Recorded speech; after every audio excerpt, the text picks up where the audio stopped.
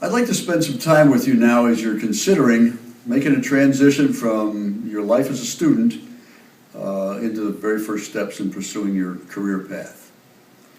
I'm going to tell you some things now that are going to change your life if you will embrace everything that I share with you. So before you start buying all sorts of books and reading all sorts of materials and go into all sorts of other clinics and workshops and take additional classes, I want you to embrace the information that I'm going to give you right now because it's going to change your life. We know that everything we do in our lives are driven by only two things. It's really simple. Life is very simple. The two things that drive everything that we do, our successes, our failures, our happinesses, our sadnesses, our frustrations, our elation, are driven by the thoughts that occupy our mind and the people that occupy our time. I want to talk to you today about the people that occupy your time. Because if you make the right decisions in your life about the people that occupy your time, I will guarantee that you will be successful. First, let me share this with you. Of all the people you know, and think about this, we probably know thousands of people that have affected our lives in one way or another. Now, some of them are very close to us, like our family members, the people that we go to school with, our closer friends. But then there's the whole other area around us of other people that we have relationships with. Out of those thousands and thousands of people that are in our lives now, that will be in our lives in the future, 27% of all of those people are losers. Now, it's important for you to recognize the losers in your life, because the losers have only one goal in their lives, and that is to get something for nothing. And as long as they're related to you in some way or another, their relationship is dependent on how much they can get from you without having to give you anything. They're selfish, they have a low level of energy, and they will do whatever they can to get something from you for nothing. Now, that 27%, the 27%ers, the losers, will give themselves away by the way they speak and behave. One of the things that they do is they handle mistakes in different ways than other people do. Losers basically never make a mistake. And why is that? Because losers don't make mistakes. It's always someone else's fault. And that's very typical of the loser. They will blame somebody else for their mistakes. They do not take responsibility for the things that they do wrong. And of course, by the same token, they'll take credit where credit is not due. They also have a low level of energy, and you can recognize the losers by the things that they say. That's the one that you come up to and you say, "Hey, Jack, how you doing today?" And Jack's response is, "Oh man, I just feel miserable today. The weather's lousy, my car doesn't go right." And I'll bet you've got one or two people in your mind already that you know that are in your lives that are losers. Well, I'm going to give you permission to do something right now. I'm going to give you permission within the next 24 hours to get rid of one of those losers in your life. And here's how you do that.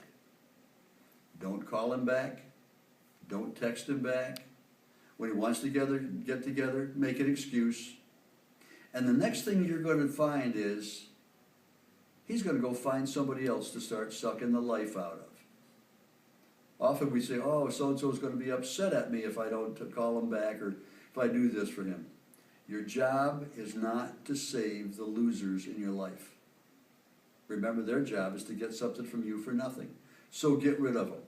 Now I'll ask you to keep a running score and a running account of the percentages of all the people in your life. 27% of them are losers.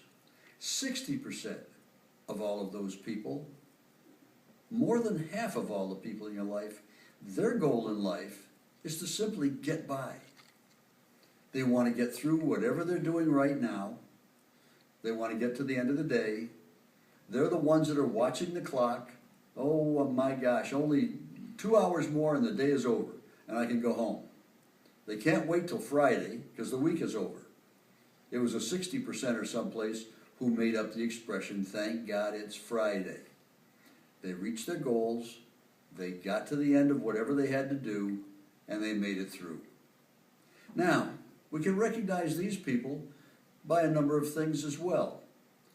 They're characterized by kind of a low level of energy. They don't have a great deal of energy and enthusiasm. They don't have to because you don't need a lot to just get by. In order to work with these kinds of people, we have to remember that since their goal is to simply get by, we have to ask them to do very simple things that are easily attainable, measurable, and definitely defined. Let me give you an example of how you might have to deal with one of the 60%ers in your life. And they'll be there whether they're members of your family, members of a team, members of a business organization, other people in class, anyone that you have to work with and come up with some sort of a performance and an achievement.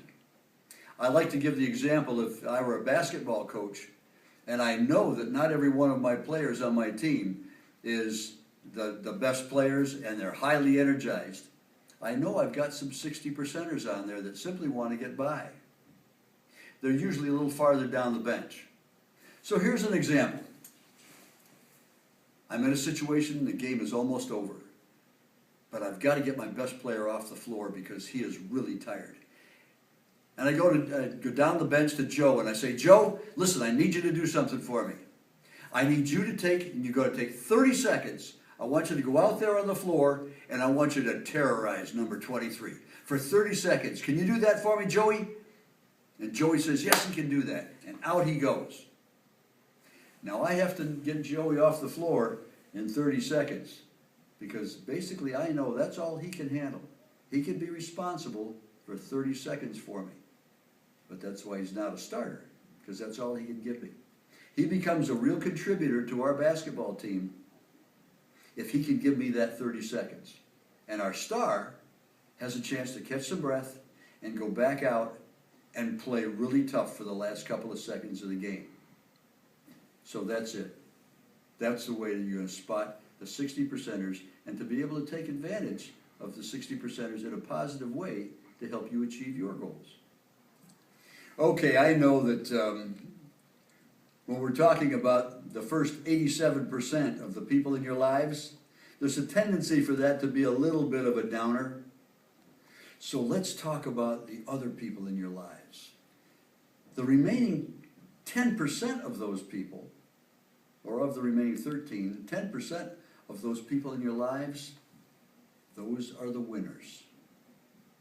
1 out of every 10 persons in your life is a winner. And how can we tell a winner? Winners do certain things. Number one, winners win. Have you ever noticed that no matter what kind of an organization you're in, whether it was just playing on the playground with friends as a little kid, to going through high school and college, being a part of a group, a part of a class, there was always someone in there, a man or a woman, who no matter what the job was, that group was successful because they were there. One winner, one 10%er like that in a group can carry that group. And those are the people that you want to find yourself aligned with. Find the winners. Mimic what they do. Hang around them. Listen to them. And do the things that winners do. And then you become a winner yourself. Now, here's how you can identify the winners. Number one, they have a high level of energy. They outwork everybody else. They arrive at the job before everybody does, and they stay after. They keep going to improve themselves all the time, because what's their goal in life? To win. And they understand that they have to do extra things in their lives in order to win. You want to be around them. The winners make those around them better. They do it on purpose. They do it on purpose. Why? because if they make the people around them better, it increases their chance of winning within that organization. It's wonderful to be around them. And you can find your way to that level. Winners have that high level of energy. When they make a mistake, remember we talked about the losers? When they make a mistake, they blame somebody else. When winners make a mistake, they'll become a pest sometimes to ask those around them, how do I get better? What do I do to improve? What do I need not to do that again? Tell me. They're wonderful people to be around. Now finally, let's go to the last remaining number of all the people in your lives, and that's the 3% that's remaining. The 3%ers are the ultimate achievers. And you recognize the ultimate achiever by this one characteristic. And once again, it's about how do they deal with making mistakes. The 3%er, the ultimate achiever, when he or she makes a mistake, forgives themselves immediately for the mistake and goes on to correct it and improve it. Now, one of the great 3%ers of our, in the history of our lives was Thomas Edison. Thomas Edison quoted one time, he said, you know, I've learned 1,001 ways not to make a light bulb. He made all those mistakes before he finally made a light bulb. And that's what that ultimate achiever does. We have to make a mistake. Take those risks. I've heard someplace where your lives can change demonstratively by taking one massive chance that takes about 20 seconds in your life. And if you miss it, forgive yourself immediately and move on, because there's another way to try things. So, in summary, let's talk about this. The 3%er at the very top of that pyramid, they're the problem seekers. They look for the difficulties in life. They're happiest when they find them, and then they work to solve the problems. The 10%ers are problem solvers. Those are the ones that everyone goes to. When you need help, they go to, and they're going to do it. And they're always too busy, but they make the time to solve problems for other people. 60%ers don't recognize problems all that well sometimes. And they kind of walk around and wonder, yeah, what problem? I don't see anything going wrong. And the losers, that 27%, those are the problems.